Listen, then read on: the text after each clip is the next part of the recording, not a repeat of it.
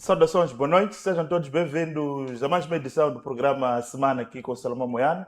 Neste domingo iremos fazer a resenha dos principais temas que marcaram a semana. Boa noite, Salomão. Antes de avançarmos com os temas, elegeu aqui a Conferência Nacional de Comunicações do NCM como facto da semana. Exato. Queria destacar este evento tecnológico que me parece de grande relevância para a vida nacional. A realização de uma conferência sobre telecomunicações e tecnologia. Sim. Isso, para mim, é muito relevante, sobretudo nesta fase em que estamos engajados na digitalização do Estado e na digitalização de diversas funções na nossa sociedade. E um dos marcos que marcou o evento foi o lançamento pelo Presidente da República da tecnologia 5G.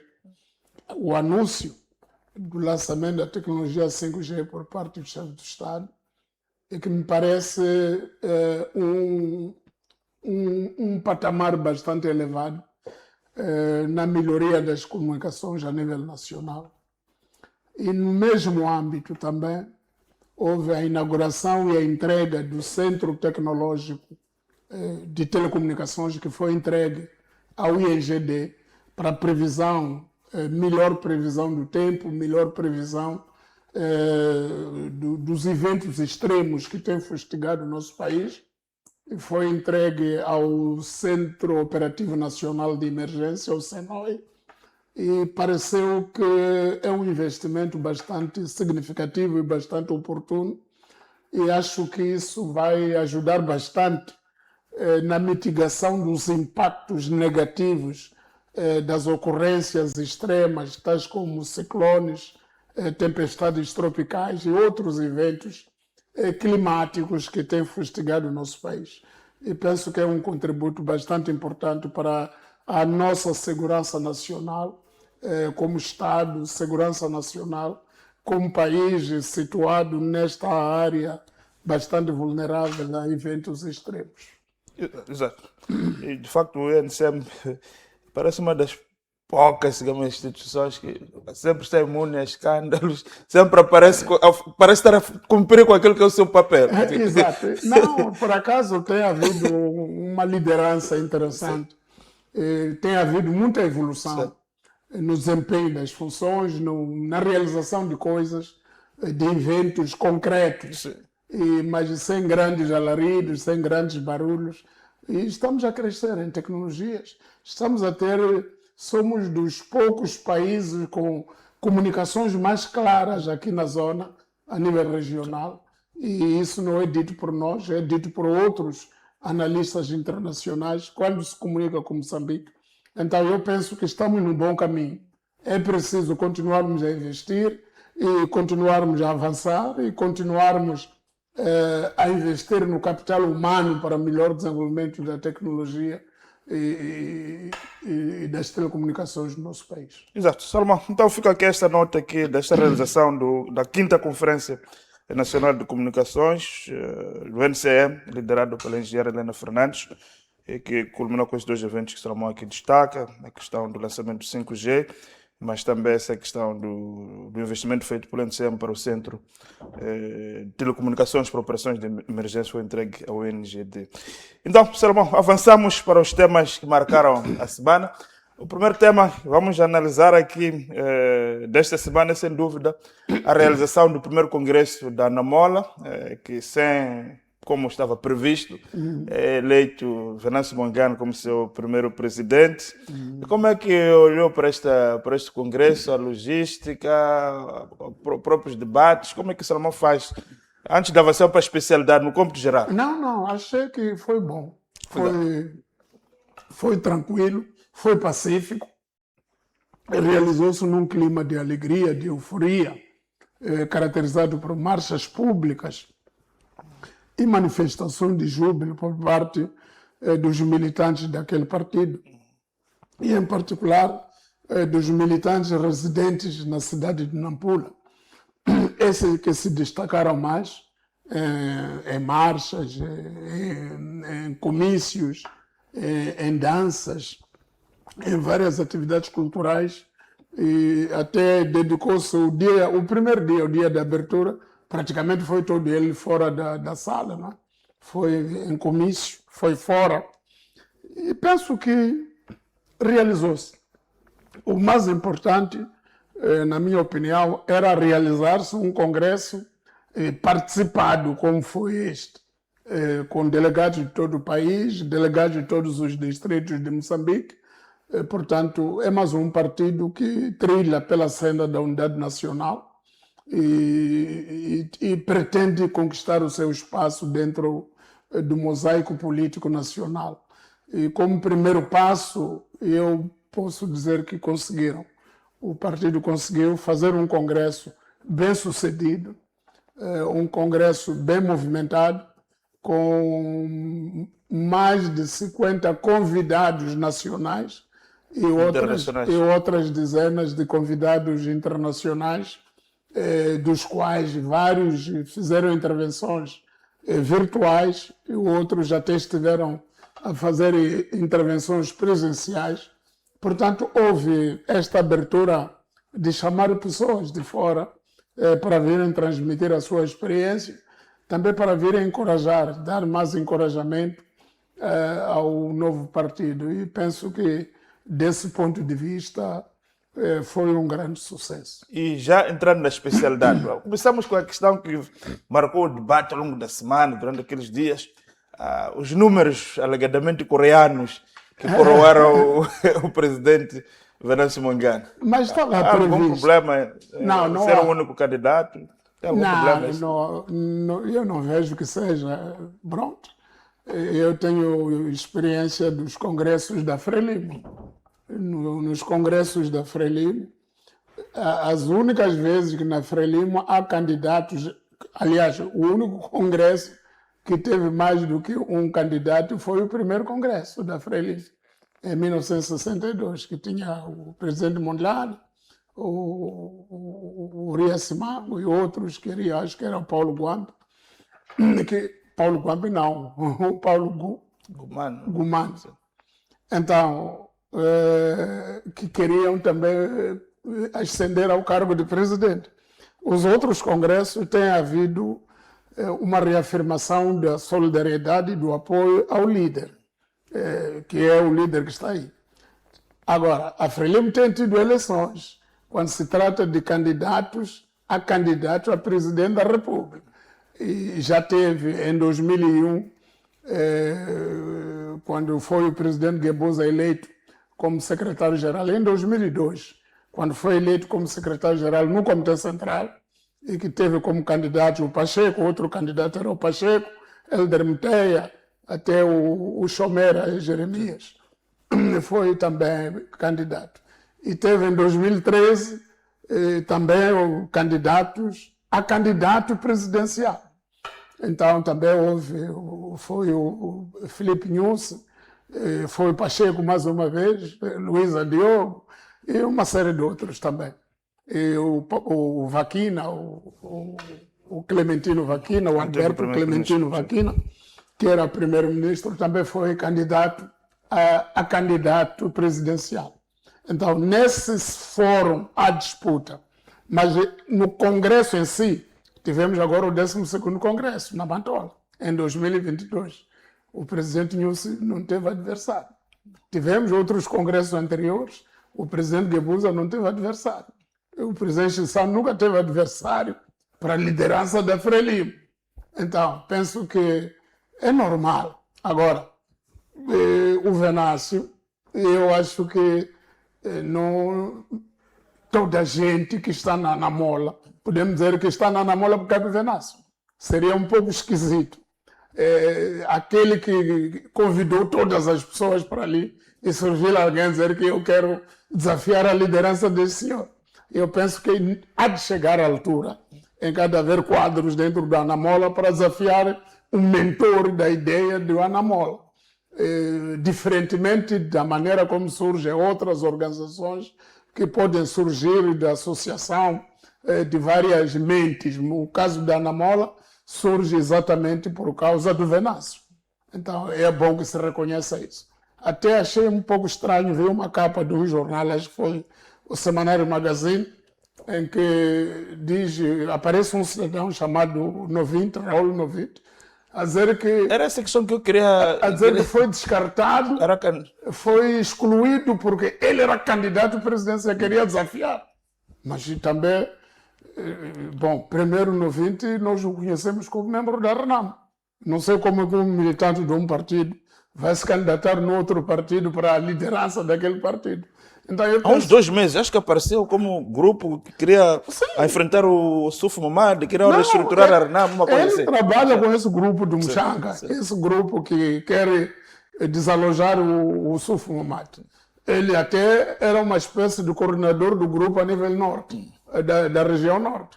Tanto mais que durante uma semana antes do congresso da Namola, esse grupo foi a Nacala, a convite dele, que era para trabalhar e falar com a população, o grupo da RENAM, para a estratégia de como tirar o Suf do poder. Só que, segundo o Antônio Mchanga, e falou numa televisão esta semana, as tantas, quando eles querem contactá-lo na Nacala, ele já é incontactável. Desliga os telefones. E o grupo que foi lá a convite dele nem conseguiu fazer as reuniões que queria fazer, porque o coordenador das coisas no terreno, que é o Novinte, não fez. Estava na Namola. Estava a tentar um lugar ao sol dentro da Namola. Então eu penso que é uma infelicidade política o que o próprio Novinte fez, e depois estranhamente vi aquela senhora Artemisa Magaia do Partido Frelimo a tentar solidarizar-se com o Novinte. E eu achei estranho, quer dizer, como é que o Artemisa conhece o Novinte ao ponto de o saudar e dizer que não, tenha calma, isto não é nada, a sua vitória ainda vem. Quer dizer, a que propósito? Qual é o interesse de uma militante ferrenha, conhecida do Partido Frelimo, aparecer e gravar vídeos, a solidarizar-se com um excluído da Namola, que nem é da Namola, que é o senhor Raul Novinte. Portanto, penso que a história do Novinte, se calhar, vai ser conhecida no futuro. Neste momento, acho que está extremamente mal contada. E eu penso que ele está a fazer uma jogada dupla, está a tentar estar em várias frentes, ou prestou-se a que fosse utilizado para tentar criar um pequeno ruído, porque se calhar o Congresso da Namola estava a correr bem demais, que tinha que se encontrar um Novinte para tentar encalhar um pouco, criar um pequeno ruído. Mas se foi isso, também foi mal feito, porque não chegou a ser ruído nenhum. Foi uma coisa que ridicularizou mais a figura do Novinte e descredibilizou o Novinte, tanto lá na origem dele, que é RENAM, assim como no destino que ele queria atingir, que é o Anamola. Portanto, o Novinte acabou ficando no ar. Não está nem na RENAM, nem no Anamola. Na RENAM podem dizer, vai para a Anamola. No Anamola vão dizer, volta para a RENAM. Então ele fica no caminho, fica na rua. Então foi, de uma maneira geral, penso que o Congresso correu bem. Agora, há uma questão que eu queria colocar ao Salomão também. Há uma carta que circulou ali, a margem do Congresso. Até o canal de Moçambique fez a edição de capa da última quarta-feira com essa carta, atribuída ao antigo presidente da autoridade tributária. Aquela carta é dele. O que pode se extrair daí? Ele é membro da Namola? O que está acontecendo com o Dr. Rosário? Ele até escreveu bem. É carta independente. Quer dizer, é uma pessoa independente. Não sei. Bom, eu estou habituado a essas cartas, porque quando houve o Conselho Nacional, o primeiro Conselho Nacional na Beira, também leu-se uma carta da autoria dele. Ele não aparece nas reuniões? Não, ele não vai. Ele saúda através das cartas. E pronto, é um estilo, é uma maneira de participar. E a carta podemos afirmar categoricamente que o Dr. Rosário Fernandes está muito próximo da Namola. Sim, está. E, politicamente, a maneira de pensar, acho que identifica-se melhor com a Namola do que com o seu antigo partido. Ele renunciou formalmente? Ele renunciou, sim. Mas ele, em termos de transmitir ideias, eu acho que ele pensa que as ideias dele germinam melhor no Anamola do que germinariam, se calhar, dentro do seu antigo partido. E pronto, eu vi pessoas a ficarem escandalizadas com ele, até vi uns debates aí em umas televisões, assim, não, ele ficou grande graças a Frelimo. Olha, nós todos ficamos grandes graças a alguém. E, em primeiro lugar, graças aos nossos pais, que se dedicaram a mandar-nos para a escola, etc. Depois cada um também foi caminhando para chegar onde chegou. E não é correto, quando uma pessoa muda de posições, quando uma pessoa tem novas ideias, andarmos a tentar puxá-lo para aquilo que ele já não quer ser. Dizer, ele está a cuspir no prato que lhe deu de comer. Não, o Dr. Rosário Fernandes, ele em 1977 não foi meu professor direto, mas ele convivia muito com um dos meus professores diretos e até estudavam juntos na Faculdade de Economia, que é o Dr. Pedro Couto. E são pessoas que eu tenho respeito por elas desde essa altura. 1977, eu a estudar na escola comercial. O Dr. Fernandes era do Instituto Comercial e depois ficou até diretor por muito tempo no Instituto Comercial e eram estudantes de economia na Faculdade de Economia da Universidade Eduardo Mondlane. E já nessa altura era um homem de pensamento muito rigoroso. E depois por aí, acho que foi em 1980, 80 e tal, eles passaram para fundar a IFLOMA, a indústria florestal de Manica. Foram para Chimoio, viveram em Chimoio, o Dr. Rosário Fernandes e o Dr. Pedro Couto, e continuaram a escrever assuntos. E quando eu criei, com meus colegas, criamos o Savana, e depois criamos o Zambeze, e eu periodicamente recebiam umas cartas escritas pelos dois, que era um assunto de estudo, aquilo que escreviam. Naquele tempo de muitas dificuldades, até de liberdade de imprensa, mas escreviam coisas muito sérias, muito contundentes. Portanto, eu não fico escandalizado com o que ele diz, com o rigor com que ele diz as coisas, porque a maneira dele de ser é esta. Desde que eu o conheci, sem nenhum cargo político, ele não tinha cargo político nenhum, era apenas um professor, mas um professor daqueles que toda a gente lhe tirava o chapéu, devido à rigorosidade, na maneira como ensinava, na maneira como transmitia o conhecimento. E foi cultivando isso de uma maneira independente. Ele foi presidente da autoridade tributária, foi presidente do Instituto Nacional de... Mas nunca se vergou, nunca quis entregar, quer dizer, trocar o que ele é pelo cargo. O cargo para ele era uma consequência daquilo que ele é. Agora, ele vergar-se, começar a deixar de ser Rosário Fernandes, aquele homem rigoroso, que até no Instituto Comercial chamava-se o Senhor Ciência. Chegou o Senhor Ciência quando ele chegasse. Então, por causa de métodos científicos que ele empregava. É uma pessoa que tem uma trajetória feita na vida. Agora, ele, na carta que mandou para a Anamola, fez muitas coisas. As pessoas só se agarraram numa coisinha só.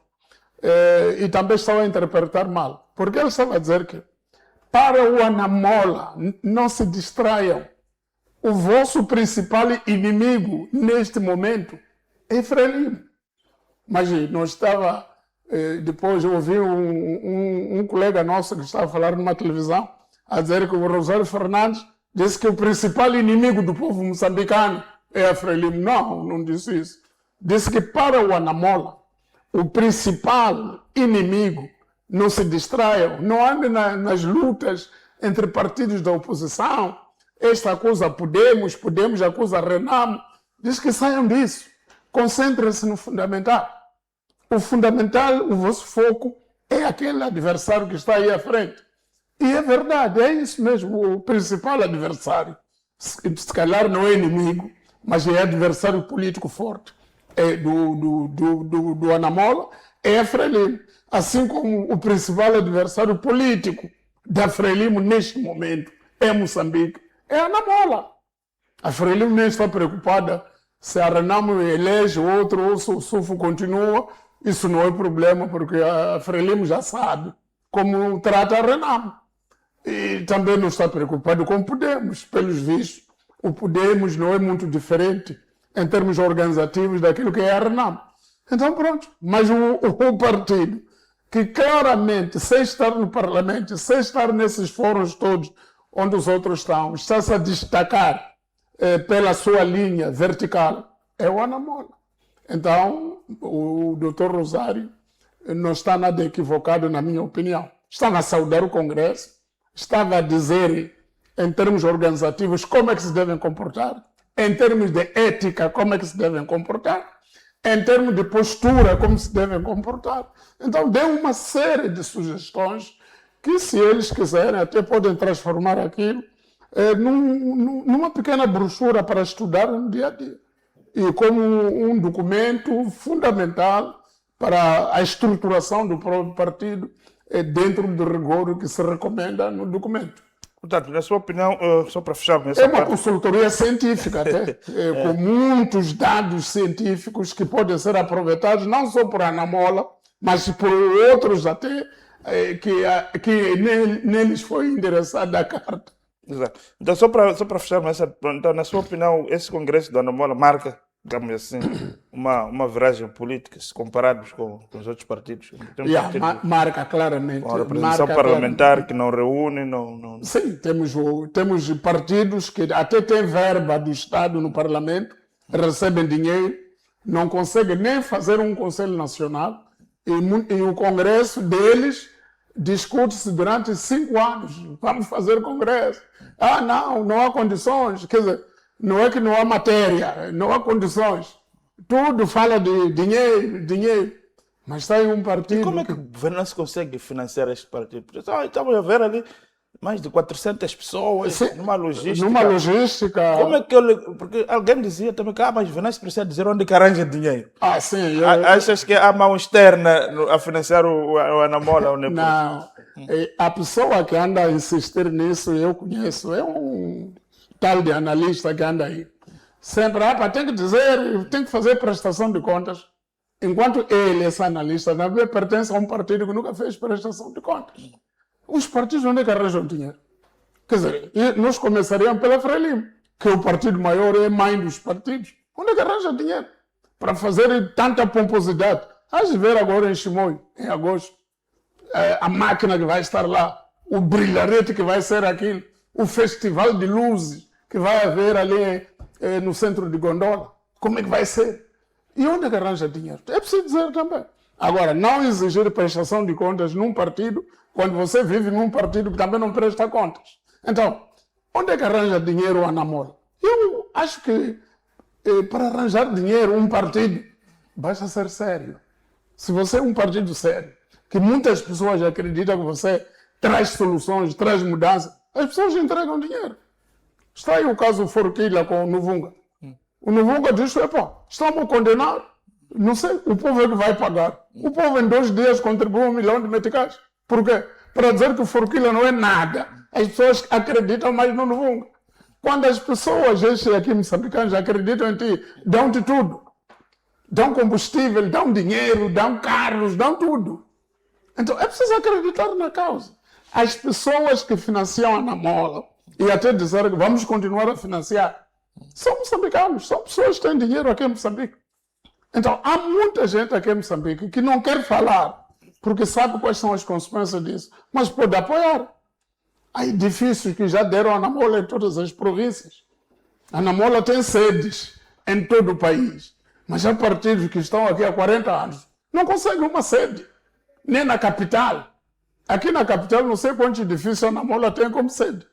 Algumas vai transformar em centro disso, escolas, não sei quantos. Mas tem. Por quê? Porque as pessoas acreditam. Acham que é um partido que pode fazer diferença. E havendo um partido que pode fazer diferença, as pessoas têm uma alternativa.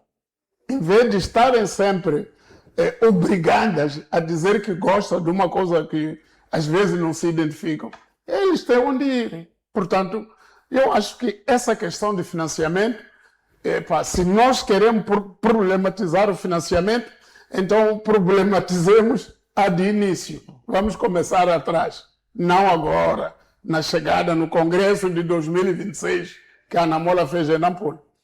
Eu acho que um partido como a Anamola vai ter sempre bom dinheiro, mesmo na campanha eleitoral. Eu acho que a Anamola vai ter dinheiro, muito dinheiro. Se for necessário alugar helicóptero, você vai ver helicópteros da Anamola voar. Aonde dar? As pessoas vão dar. As pessoas estão aqui que têm dinheiro. De onde é que são essas pessoas? Algumas até são militantes da Frelimo. Não está aí o doutor Rosário Fernandes, que até um ano atrás era militante da Frelimo, mas está aí a identificar-se claramente. Agora, quantos amigos e colegas do doutor Rosário Fernandes na Frelimo e que não podem dizer como ele diz, porque não têm a mesma coragem, mas pensam quase igual. Então, está aí. Exato. Então, Salomão, vamos então obedecer o nosso primeiro intervalo. Voltamos na segunda parte, onde iremos analisar 2 temas também que marcaram a semana. Esta questão do recuo das decisões do secretário de Estado de Niassa e também a questão que foi levantada pelo professor Oscar Monteiro sobre as novas formas de roubar o Estado, segundo ele, através do salário. Então, não sai daí, voltamos em instantes. Até já.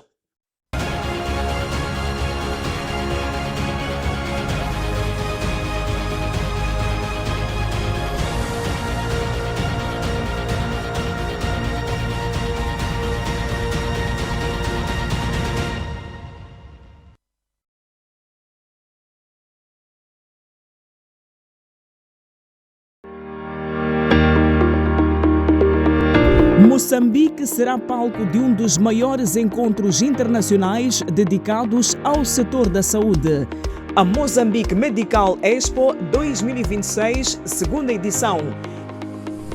Um evento que vai reunir instituições governamentais, hospitais, clínicas privadas, distribuidores de equipamentos médicos, especialistas e investidores nacionais e internacionais. Uma verdadeira plataforma de exposição, debate, inovação, investimento e networking, promovendo novas oportunidades e parcerias para o desenvolvimento do setor da saúde em Moçambique. Nos dias 28 e 29 de outubro de 2026, no Hotel Glória. Uma parceria Saluten e Grupo MBC, parceiros de mídia, MBC TV e Banca e Seguros, parceiro institucional, Governo de Moçambique, parceiros.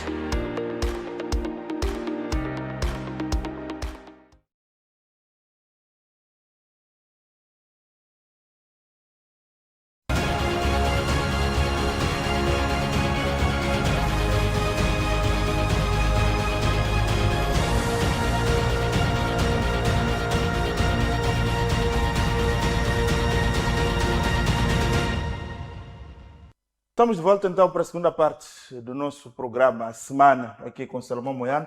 Salomão, esta semana também ficou marcada pelo recuo estratégico, digamos assim, do secretário de Estado do Niassa, o Dr. Livone, que havia determinado uma série de medidas, incluindo ameaças de deter quadros de uma empresa que parece ter investimentos no Niassa.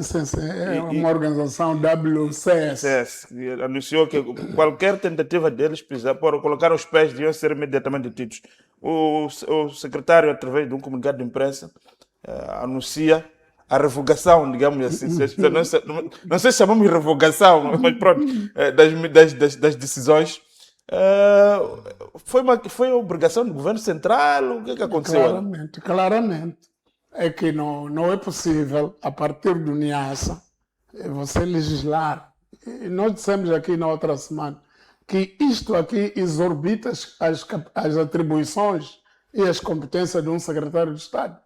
Quer dizer, quando se diz que você é representante do governo central ou representante do Estado na província, não quer dizer que você possa decidir a revelia do próprio Estado. Então, o Estado está empenhado em procurar financiamento para a reserva especial de Niassa. E alguns dos financiadores já estão lá, em regime de cogestão com as nossas autoridades. E você manda cancelar. Não é possível. E eu penso que aquele comunicado que ele produziu, em que diz ao abrigo de e tomam-se as seguintes medidas.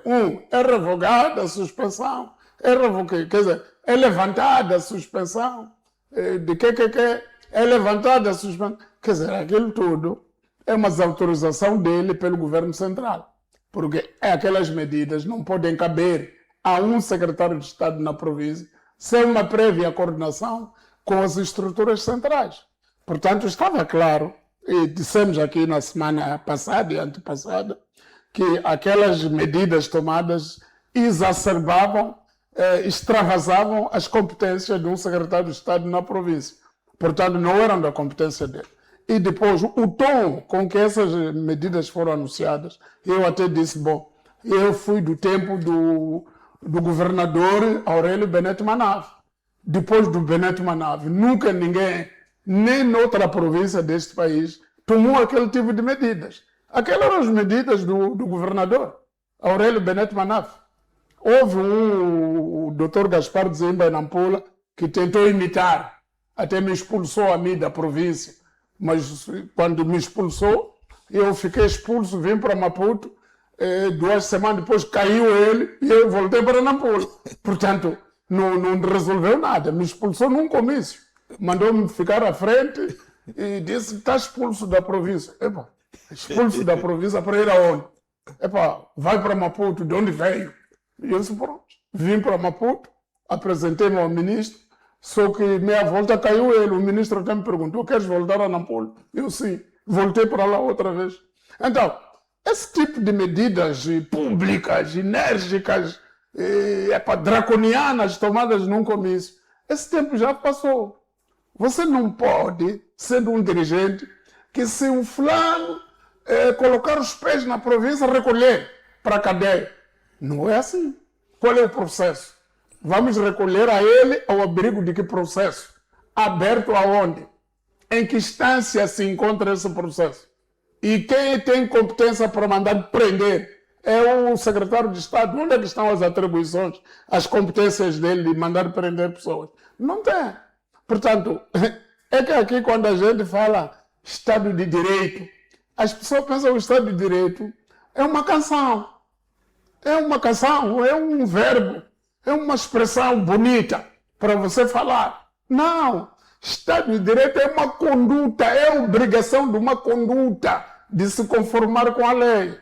Você não pode agir, dizer que isto é Estado de Direito, mas a tomar medidas totalmente fora do Estado de Direito. Mesmo aquelas medidas que tomou lá em Lago, que disse assim, ANE fazer o levantamento de quanto custa a ponte e quanto custa a estrada. Fazer estrada, acho que é Maniamba, Lago, ou Maniamba, Metangula, ou Lixinga, Metangula, não, já não me lembro a extensão. E mandar essas empresas todas que estão aqui pagar, contribuir e saber quanto é cada empresa contribuiu. Isso aí não é assim. Isso não se faz assim.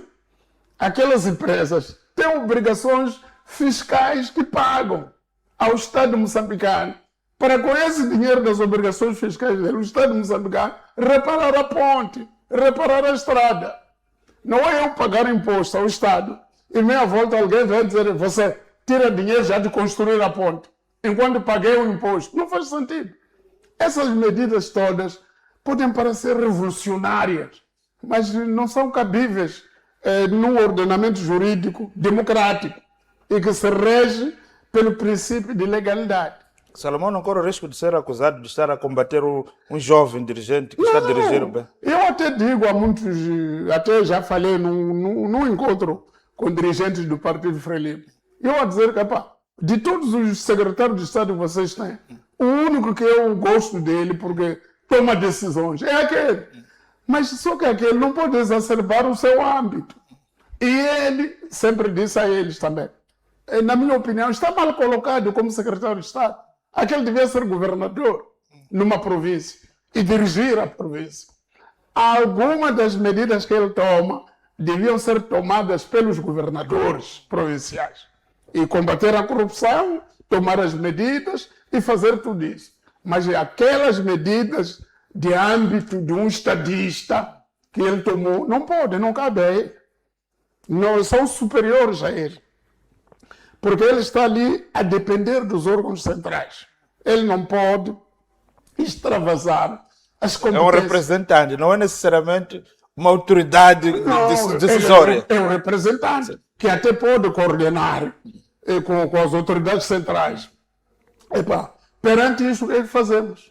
E podem lhe assessorar, até podem dizer que é preciso tomar esta e aquela medida. Mas essas medidas podem ser tomadas por outras autoridades. Por exemplo, temos aqui no Ministério de Agricultura, Ambiente e Pesca, temos o Secretário de Estado do Ambiente. Acho que é a entidade que supervisiona aquela zona. Supervisiona os parques, essas áreas de conservação. Temos a ANAC, temos uma série de estruturas antes dele tomar aquelas medidas. Agora, imagina lá a ANAC e o secretário de Estado estarem lá fora a procurar investimento para a Reserva Especial de Niassa. E quando estão lá fora, recebem notícia de que os nossos representantes lá já foram expulsos. Já não podem pôr os Estão a ser procurados. Estão a ser procurados para serem presos. Epá, mas isso é desestabilizador. Isso até cheira uma desarticulação entre quem está na província e quem está a representar o país todo a nível nacional. Portanto, penso que é uma nódoa que aconteceu, mas bom, eu encorajo o jovem a continuar a trabalhar, mas dentro da lei, dentro do princípio do Estado de Direito. Mas que ele é dos poucos que tomam decisões neste país, e tem coragem de tomar, só que deve estar colocado no sítio impróprio. Ele devia estar, PCA de Inatro, ou qualquer coisa, mas eu não deve se tomar, combater a corrupção. Até fez uma reunião ali em Chimbonila há pouco tempo, sobre essa coisa de Fidel. Ele dizia, dê-me lá a lista das pessoas, dos beneficiários. Ele dizia, olha, vocês só dão dinheiro à Frelimo, esses todos são da Frelimo, esses. Tem que dar também a oposição. Tem que Você dar tem que dar aos outros. Tem que dar também a oposição, a sociedade civil. Exatamente. Quer dizer, imagina isso, um dirigente da Frelimo nunca diz isso. Eu só ia ver, os nossos camaradas estão bem representados. Mas não, ele diz, olha, você só dá a Frelimo, isso não pode. Esse fundo não é para Frelimo, é para toda a gente que trabalha e faz investimento aqui em Niassa. Deixa eu ver isso. Essa é uma visão muito grande. É essa visão que precisamos para o país. É pena que o lugar onde ele está, para mim, é um lugar de cerimonial. Não é lugar para quem quer agir. Secretário de Estado na província. É uma reforma. Isso devia ser lugar para os velhotes, esses que terminaram os seus mandatos. Sentarem ali e ganhar dinheiro para compra de medicamentos e pronto. E curtirem a velhice. Agora, um jovem como o Livone, cheio de energia, cheio de coisas para fazer, tem que se encontrar um enquadramento adequado. Um espaço para ele agir. Para ele agir, porque o país precisa muito daquele tipo de pensadores, daquele tipo de homens enérgicos que tomam medida. Mas, infelizmente, ele está armadilhado, ali não pode agir. Ali tem que coordenar. Ali tem que pedir, tem que perguntar. Se bem que ele tinha cautelado naquele momento que vamos submeter todas essas nossas decisões. São decisões cautelares, mas é uma entidade central. Exatamente. Ele já tinha previsto isso. Só que, pronto, quase todas elas foram anuladas a nível central. Então, eu gosto muito da maneira como ele encara a governação. A governação é aquilo ali. É trabalhar com pessoas. É ir ao terreno. Ele, num tempo chuvoso, foi até lá no Lupiliche, uma zona difícil. Ele foi e falou com as pessoas. Isso é que é. Então, infelizmente, o cargo que ele exerce, não dá para muita coisa. É incompatível com uma pessoa extrovertida, uma pessoa que quer fazer as coisas acontecer de facto. Eu penso que no futuro, ele ainda tem muito futuro, ainda vai fazer muitas coisas boas. Exato. Salomão, vamos avançar então para o terceiro tema desta noite. Obviamente, não íamos passar aqui à margem das celebrações dos 51 anos da independência nacional. Como é que Salomão avalia a data? E, sobretudo, há uma entrevista que sobressai destas celebrações, que é do professor Oscar Monteiro, que denuncia umas novas formas de roubar ao Estado, que é através dos salários nos conselhos de administração, deu exemplo do banco, não sei mais fala, mas isso é uma questão, se formos a ver o setor empresarial do Estado, tutelado pelo IGEP, é de facto uma grande manjedora, digamos assim. O professor tem razão ou não? Não, tem, mas antes disso, é para dizer que celebramos de facto 51 anos depois da independência nacional. O país ficou independente há 51 anos. É uma data meritória, é uma data de grande relevo para a nossa cidadania, a nossa identidade nacional. E todos os discursos que eu ouvi, e sobretudo o discurso do Presidente da República, apelam ao reforço da unidade nacional e até apela a formas criativas e formas estratégicas de valorização da unidade nacional.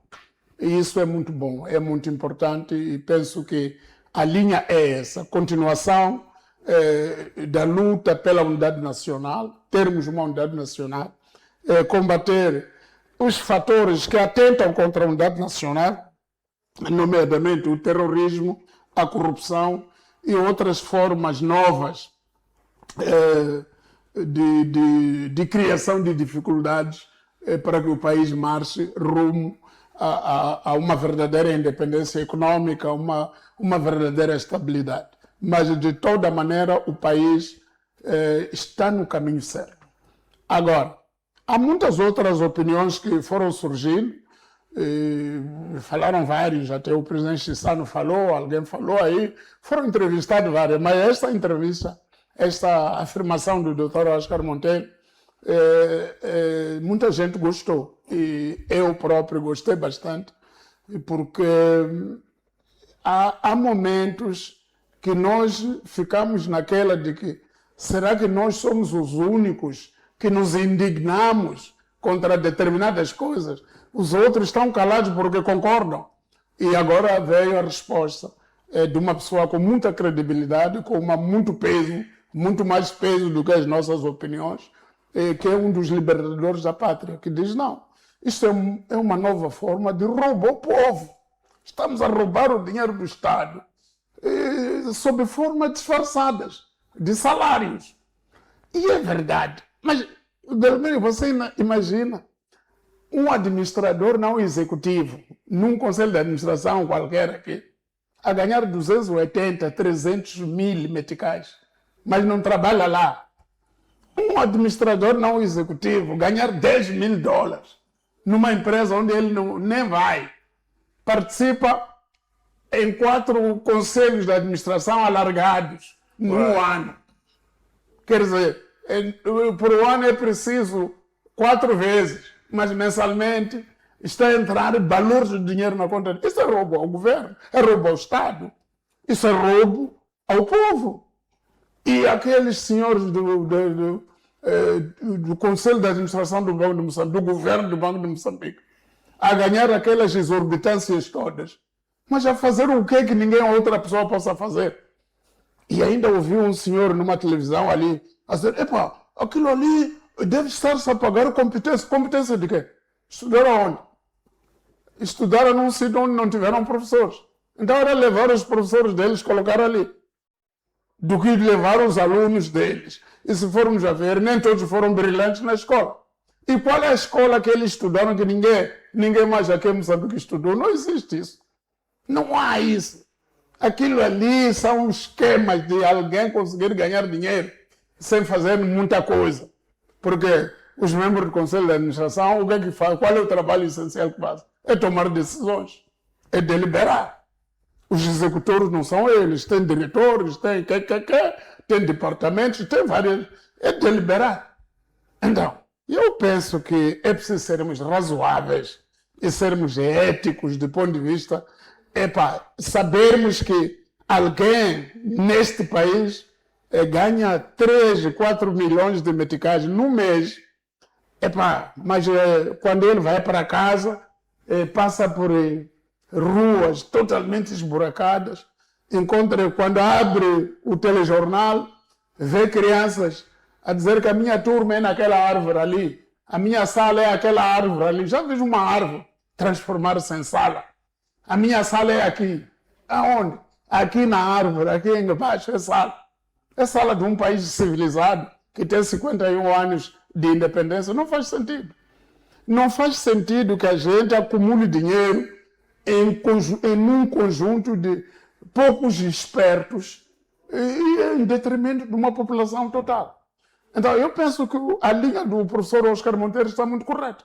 Mas como é que pode se reverter isso? Através de política do Estado. O governo serve para isso, Belmiro. O governo, se quiser acabar com aquilo, acaba, baixa uma lei. Baixa uma lei que põe limites.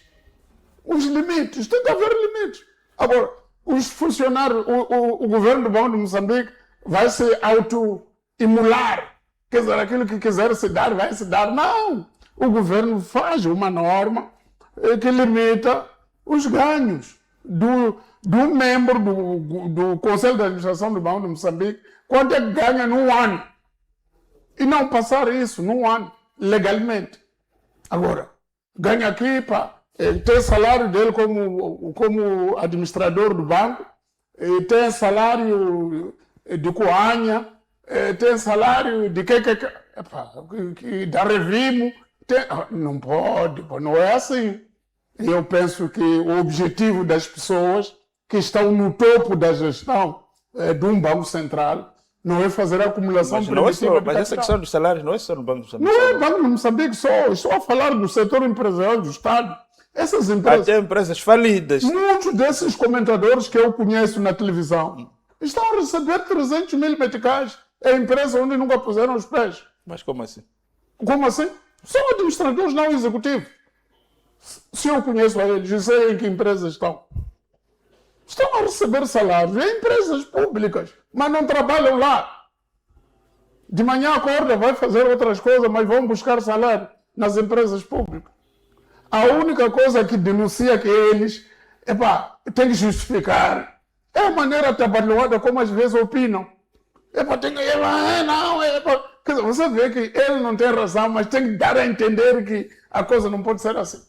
Então, isso não pode, isso é corromper mentalidades, é corruptela das mentes. É preciso mudar a maneira como as instituições funcionam. As empresas públicas nunca vão ser rentáveis enquanto drenarem o grosso da sua faturação para pagar pessoas que não trabalham na empresa.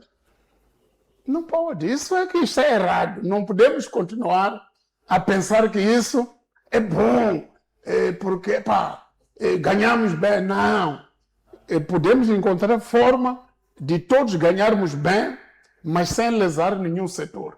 E todos os setores do país marcharem rumo a uma certa estabilidade. Outra coisa, olhando para outros países, por exemplo, tem sempre o referencial dos salários, é sempre o salário do Presidente da República.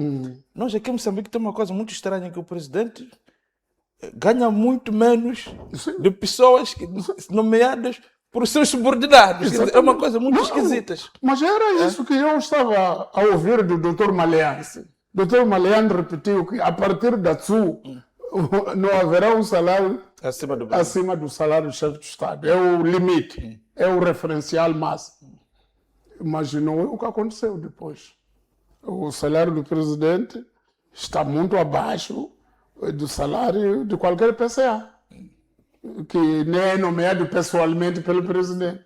É nomeado em reunião do Conselho de Ministros e até empossado pela primeira-ministra. Alguns por Assembleias Gerais de Empresas. Alguns eleitos porque o Estado é acionista. Sim. E pronto, mas estão aí.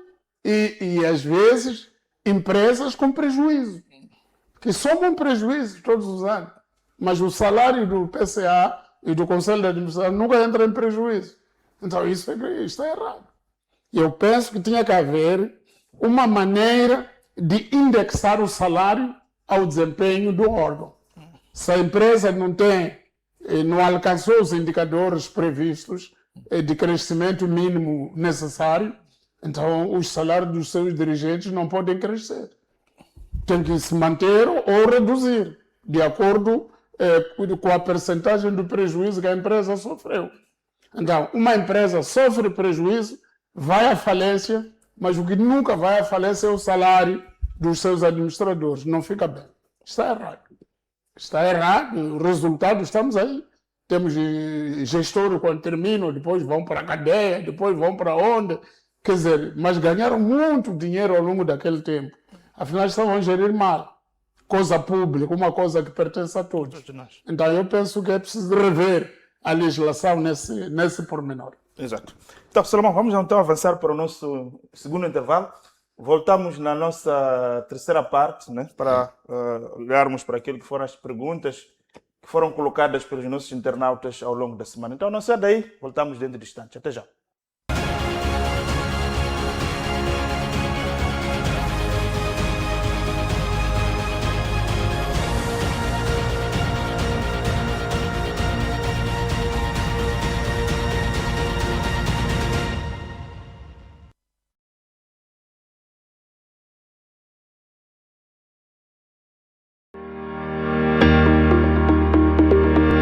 Moçambique será palco de um dos maiores encontros internacionais dedicados ao setor da saúde. A Mozambique Medical Expo 2026, segunda edição. Um evento que vai reunir instituições governamentais, hospitais, clínicas privadas, distribuidores de equipamentos médicos, especialistas e investidores nacionais e internacionais. Uma verdadeira plataforma de exposição, debate, inovação, investimento e networking, promovendo novas oportunidades e parcerias para o desenvolvimento do setor da saúde em Moçambique. Nos dias 28 e 29 de outubro de 2026, no Hotel Glória. Uma parceria Saluten e Grupo MBC, parceiros de mídia MBC TV e Banca e Seguros, parceiro institucional Governo de Moçambique, parceiros.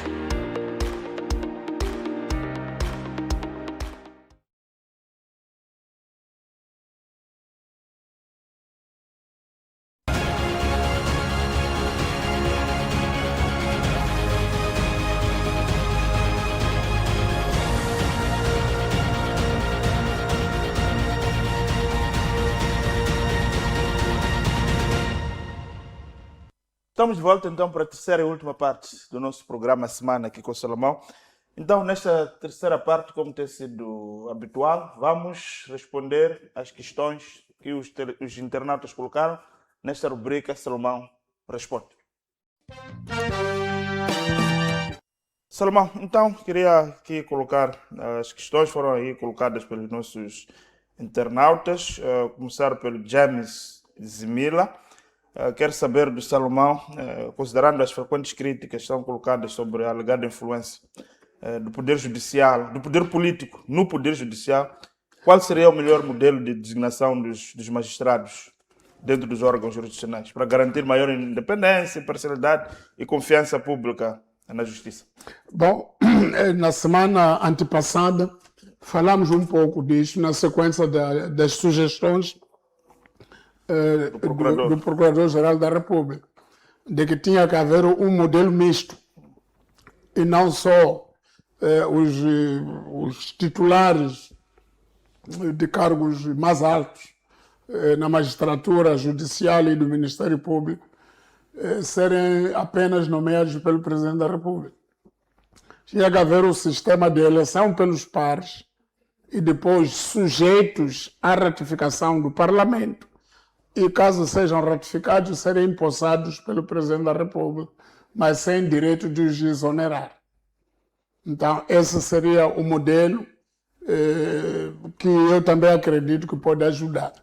Então, penso que seria isso, mas com o tempo podemos debater e problematizar ainda mais, essa questão, mas a questão de fundo é esta. É esta.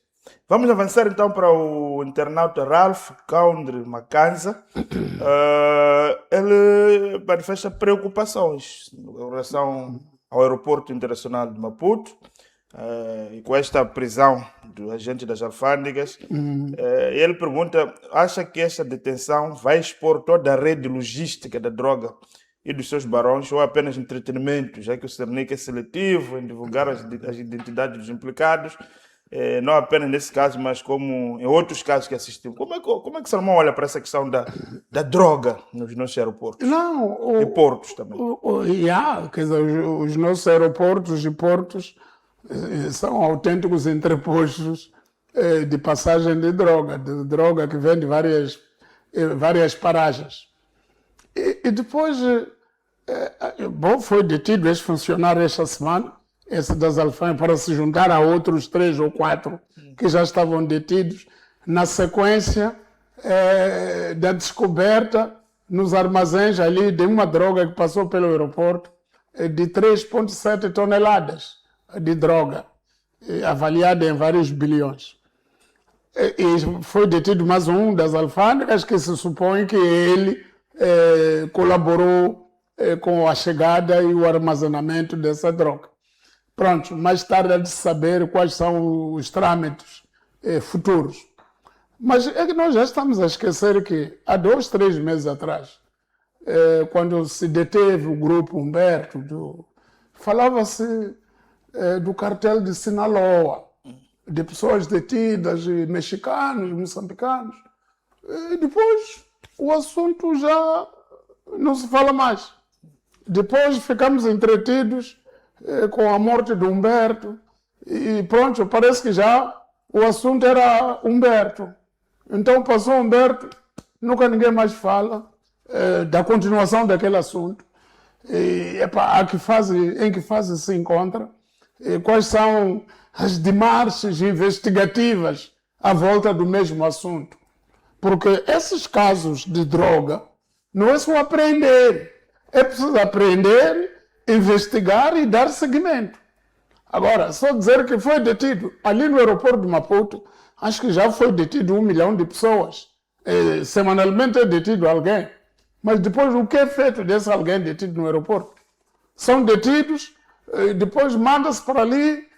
Depois, por exemplo, estive a ouvir o Cernica esta semana a dizer que estão a decorrer operações para a incineração daqueles 3,7 toneladas de fetanimina, que é droga que foi apreendida. Já vamos incinerar rapidamente e acabou. Mas como é que entram 3,7 toneladas de droga no aeroporto? Entrou. E quer dizer que não é a primeira vez. Agora, é muita droga, 3 toneladas não é brincadeira. É muita coisa. São muitas caixas. Exatamente. Sim. Então, essas caixas entraram no aeroporto. Agora, no porto, se fosse num porto, podíamos dizer, essa coisa dos navios que atracam à noite, Agora, no aeroporto, com aquelas luzes todas, descarregar e entregar a bagagem no sítio próprio. É complicado, mas aconteceu. E acontece muitas vezes. Então, eu penso que é bom haver detenções no aeroporto, é bom haver encaminhamento dos casos depois do aeroporto e sabermos como é que esses casos terminam. Porque muitos dos casos que se relatam no aeroporto, até muitas das pessoas que são detidas, algumas com nomes, até temos pessoas, senhoras estrangeiras, detidas com nomes divulgados no aeroporto, já há alguns anos. Passa um tempo, você nunca mais ouve falar da pessoa. Se foi solta, o que aconteceu depois disso aí? Eu penso que é muito importante haver seguimento desses casos e haver esclarecimento público, para que esse esclarecimento sirva de elemento dissuasor para aqueles que ainda querem se envolver nesse mundo de drogas. Exato. Vamos avançar então para a quarta questão. A terceira é a questão da crise dos combustíveis. Aparentemente, ele diz, o Adão da Cruz, que aparentemente a crise de combustíveis está de volta no país. E a questão que ele levanta é que qual é o verdadeiro problema? É a falta de física de combustível nos portos, é a questão dos dólares. Como é que Salomão olha para essa questão dos combustíveis? Bom, Nós estamos diante da chantagem das gasolineiras. Eu não acredito na teoria de chantagem, acredito na teoria de escassez da moeda convertível, do dólar. Quer dizer que muitas gasolineiras, quando querem fazer a conversão dos seus meticais em dólares, a Banca Nacional não oferece condições para dar dólares. Ou oferece tardiamente, não tem capacidade de responder pontualmente. Portanto, já não é questão do Estreito de Hormuz. Estreito de Hormuz Já está resolvido. ainda, já está ainda não resolvido. está totalmente aberto, mas já há circulação de barcos no Estreito de Hormuz. Portanto, a teoria do Estreito de Hormuz está a baixar. E também o custo do barril no mercado internacional caiu e vai cair ainda mais. Portanto, não vale a pena aqui voltarmos a falar do Estreito de Hormuz. Temos já a falar do Estreito de Moçambique, do Estreito de Maputo, onde os dólares ficam fechados no Estreito de Maputo e não saem. Então, já não é com Hormuz, é com Maputo. E esse problema tem que ser resolvido internamente dentro do país. A última questão, Zawok Pierre, ele pergunta com os recursos que o país tem, transportes, energia elétrica, bem gerido, o país pode ou não ser da pobreza? Pode. Até já Mas o nosso problema aqui é o país tem sido mal gerido. Sim, tem sido mal gerido, tem falta de políticas de continuidade, tem tido políticas episódicas que só servem para um determinado mandato. Quando termina aquele mandato, os que entram fazem de conta que não houve nada antes. Então, isso tem que ser corrigido. Isso é má gestão de um país. O país tem que ter um plano de 100 anos. O que é que este país pretende ser nos próximos 100 anos? E esse plano pode ser impulsionado pelo governo, mas não apenas discutido pelo governo, discutido por toda a gente e haver um traço comum de onde é que nós queremos ir. E eu acredito que se as leis mais recentes que foram aprovadas nesta última sessão da Assembleia forem corretamente aplicadas, aquela lei que diz que lei de Minas, lei dos petróleos, lei local. Exato. Se essas leis forem corretamente aplicadas e o governo vigiar a sua aplicação no terreno, eu penso que gradualmente o país pode ganhar capacidade. E se ganha a capacidade de sair da pobreza. A pobreza de Moçambique não é só de recursos, dizer que nós temos muitos recursos. Não, antes dos recursos nós temos muita terra. Vamos usar corretamente a terra que nós temos para produzir aquilo que não precisa de vir dos recursos. A coisa que podemos fazer nas nossas casas, nas nossas terras, nos nossos distritos. Cada um de nós aqui tem um distrito onde nasceu. Se cada um no seu distrito for capaz de fazer qualquer coisa, podemos sair da pobreza mesmo antes dos recursos hidrocarbonéticos começarem a dar dinheiro.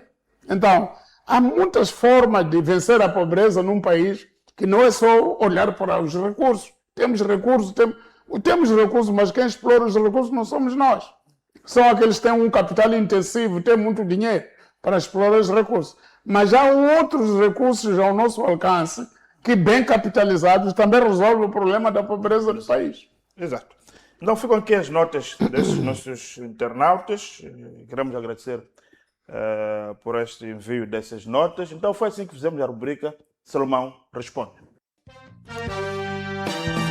Exato. Então, Salomão, não sei se tem mais uma questão que queria colocar. Não. Antes de fecharmos, que mesmo antes de falarmos aqui da independência, para dar essa nota que foi nos enviada especificamente para o programa, que é a bancada parlamentar da Frelimo na Assembleia, enviou uma nota aqui também a propósito da independência, que façamos dessas celebrações, né, um momento de reflexão sobre os desafios que ainda enfrentamos, sobre as responsabilidades coletivas de construir Moçambique cada vez mais próspero, inclusive e justo. É aquilo que Salomão falava. É possível fazermos Moçambique crescer sem necessariamente esperar os recursos. Toda a gente fala de hidrocarbonete, isso é importante para acrescentar a nossa capacidade de acelerar a marcha. Mas nós temos condições para andarmos bem, mesmo sem recursos de hidrocarbonetos. Exato. Então, com essa nota de imprensa que nos foi enviada pela bancada parlamentar da Frelimo, então encerramos o nosso programa. Agradecer a todos pela audiência e agradecer também, mais uma vez, pedir desculpas aos nossos telespectadores que nos acompanham nos acompanhavam a partir da TMT. Esforços vão a ser desenvolvidos para que muito em breve o canal possa voltar a TMT. Outro dia encontrei um telespectador, eu comprei o decoder por causa do programa do Moiano, agora sinto-me defraudado. Então, estamos a resolver esse problema. Então, nos próximos tempos, voltaremos a TMT e seguramente também a outras plataformas. Então, a todos, uma excelente semana e nós voltamos no próximo domingo. Boa noite, até lá.